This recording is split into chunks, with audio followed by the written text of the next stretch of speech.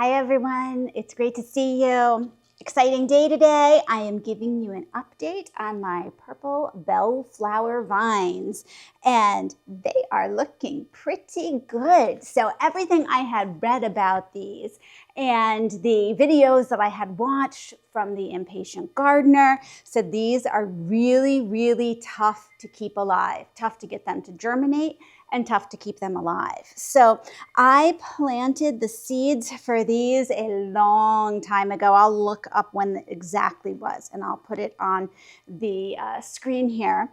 And I planted the purple bell vine in little jiffy pods. Now you can tell this one has roots in it and it shriveled up and died. I did lose a number of these. So they are all correct. Everybody who said it was difficult to get them to germinate, true. I kept them in this little container. They were covered for quite a while before they got too tall. In fact, I kept them with the humidity dome on until they really started to vine so much I couldn't keep it on top anymore. And following the Impatient gardener's advice, I kept the heating mat underneath them. In fact, the heating mat is still under them because this is a very tropical plant. And sure enough, it seems to really, really like the heat. So I'm going to continue doing that, and I'm not putting them outside yet. Now, apparently, they also do not like to have their roots touched or be transplanted. So what I'm going to do, they're getting pretty big now here. It's going to be hard to get one separated from the others. Because I did them in the jiffy pods, I don't have to touch this part. It can stay just like that.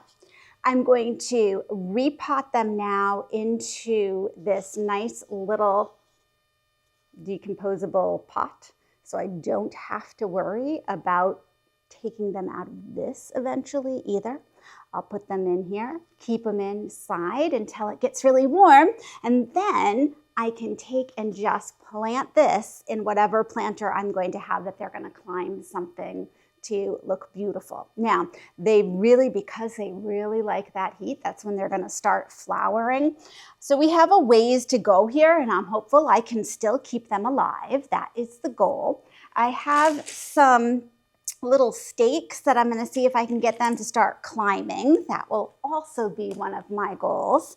And we'll just hope for the best. I think I have 6 here that are still alive and doing well. So that's going to be great. I would love, if I had 2 even, that would be terrific. So what I'm doing is I'm just filling this up with a little potting mix. It's pretty dry potting mix. I should have probably wetted it down ahead of time, but that's okay. We're just going to put it in dry.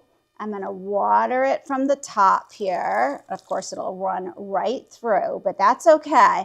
With the jiffy pods, I was keeping a saucer underneath them too, and just filling this up and letting it absorb. And that seemed to work really, really well.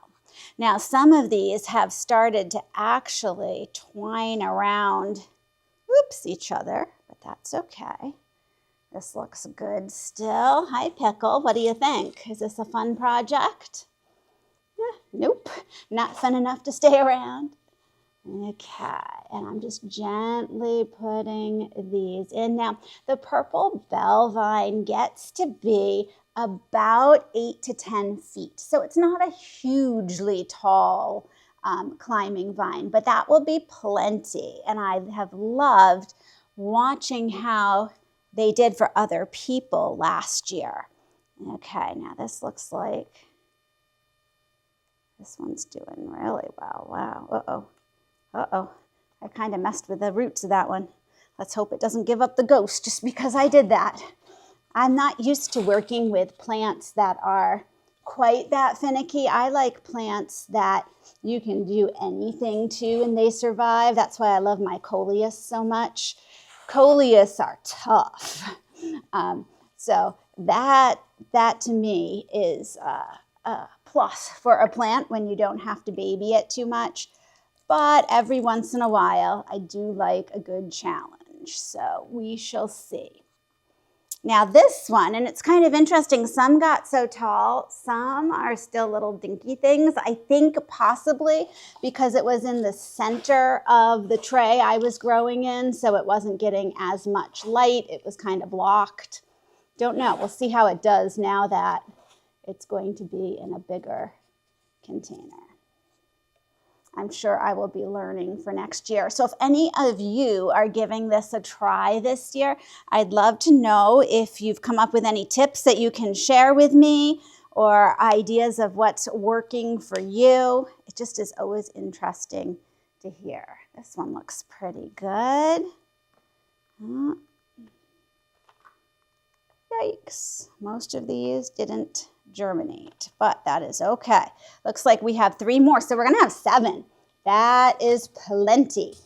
The flowers of the purple bell vine are really interesting in that, yes, they look like downward facing bells.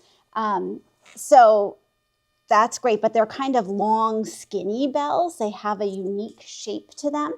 And they're supposed to be very well liked by hummingbirds. Now my hummingbirds, so exciting, came back a couple days ago. We don't get a ton of hummingbirds here, but I usually have 2 or 3 each year that are consistent feeders. And I just love watching them. So far, I've seen 2 different ones, at least I think there's 2 different ones. And one is really, really tiny. Very cute as they come and just hover so sweetly. So I like to be planting something special for my little friends there. Okay, this one looked like it had a start to it, but it didn't make it. We're not even gonna try. Those didn't make it either. Let me grab some more water.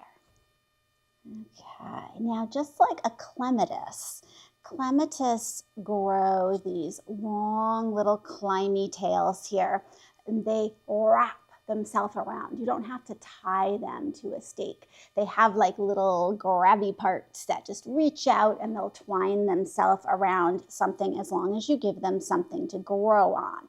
They also like something pretty skinny to grow on. So I'm just going to start wrapping these, and that will probably be enough. I'm hoping this is thin enough for them. Those of you who have grown this before, tell me, is this thin enough? Do I need to find a skinnier little trellis for them? Hopefully it should be okay. If not, I'll switch it out. This is one of those learning things from having this be the first year. But they really look overall pretty happy here. Now, I believe people usually have their purple bell vine stay in a pot and then climb up something in the middle of it. So I'm not going to put these directly in the ground. We also have a lot of rabbits now, and I have no idea if rabbits happen to like purple bell vine or not. I have connoisseur rabbits. I'm sure they would go, oh, she took a long time to grow that for me, and they would love it. Okay, here we go. This looks good. Look at those happy little vines. So I will keep you posted. I'm thinking they're going to stay inside until the end of May, at least 2 more weeks though, and then we'll have to find a happy place outside for them. So thank you to the Impatient Gardener for posting your fabulous videos so that I could follow along with how to grow these. And thank you to everybody watching. Here's the update, and I'll keep you updated even more. Thanks so much for joining me, and I'll see you in the next video.